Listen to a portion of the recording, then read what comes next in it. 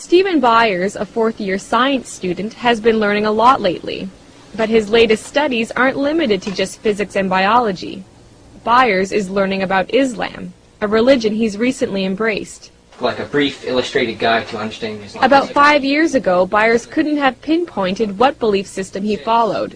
He was raised a Christian, but Byers remembers feeling let down by his faith when bad things happened in his life. I would always question, like, why would God do that to me, or my family or my friends, it just didn't make sense to me. And then I got pretty angry. That was like the only time in my life where I was really angry about a lot of stuff. Now Byers is feeling more settled. This past spring, he was encouraged by some friends to learn more about Islam. What he found was a belief system that, he says, was a perfect match for his logical mind. So in the summer, Byers spoke the Shahada, the testimony of faith that states Allah is the only God and Muhammad the last prophet of Islam. Once you say that line and you mean it in your heart and you're honest with yourself, you are a Muslim. It says, say there is no God but God. Abdul Haq Hamza says one reason why people gravitate to Islam is because there's something missing in their lives they want to fill. Hamza is a science professor at University of New Brunswick and also president of the Fredericton Islamic Association. He says Islam reminds people that they need to step away from the material world in order to find peace from within.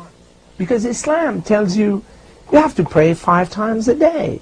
So you have to disconnect yourself from that growing and fast-pacing life.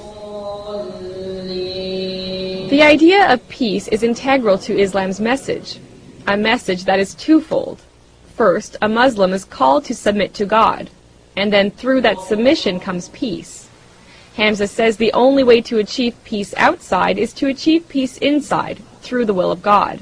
It's like a glowing piece of coal. If you look at it, when it's not lit, then it's just dark. When it's lit, then the darkness disappears. It's just a source of light. The other major duties that are required in Islam can strengthen a Muslim's commitment to God and to peace. They include praying 5 times a day and reading Allah's Book of Revelations, the Quran, fasting in daylight hours during the lunar month of Ramadan, giving to charity, and, if you have the money, taking a pilgrimage to the holy city Mecca at least once in your life. Byers hasn't been to Mecca yet, but he did take part in the fast of Ramadan for the first time. Not eating that period of the day teaches you discipline, and it just, I guess, knocks you down a step and makes you realize, what it is like for those people that can't eat. This was just one of many firsts for Byers, but he says that still it's been easy to adjust to this faith. That's because he feels the fundamental values of peace, charity, and goodwill were already a part of his character.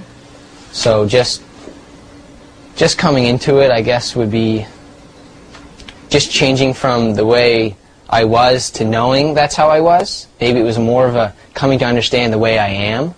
Islam is what is with you all the time. You were born with it. It's, in Arabic we call it fitra. It's that which is part of you. They started walking the walk of Islam when they were ready for it. Byers says it's important for people to learn a bit about Islam, even if it's nothing more than to clear away misconceptions that peg Islam as a religion of terror. Byers says if people incorporate the goals and aims of Islam into their lives, like him, they might find some peace they didn't even know they were searching for. Sarah Trainer, CBC News, Fredericton.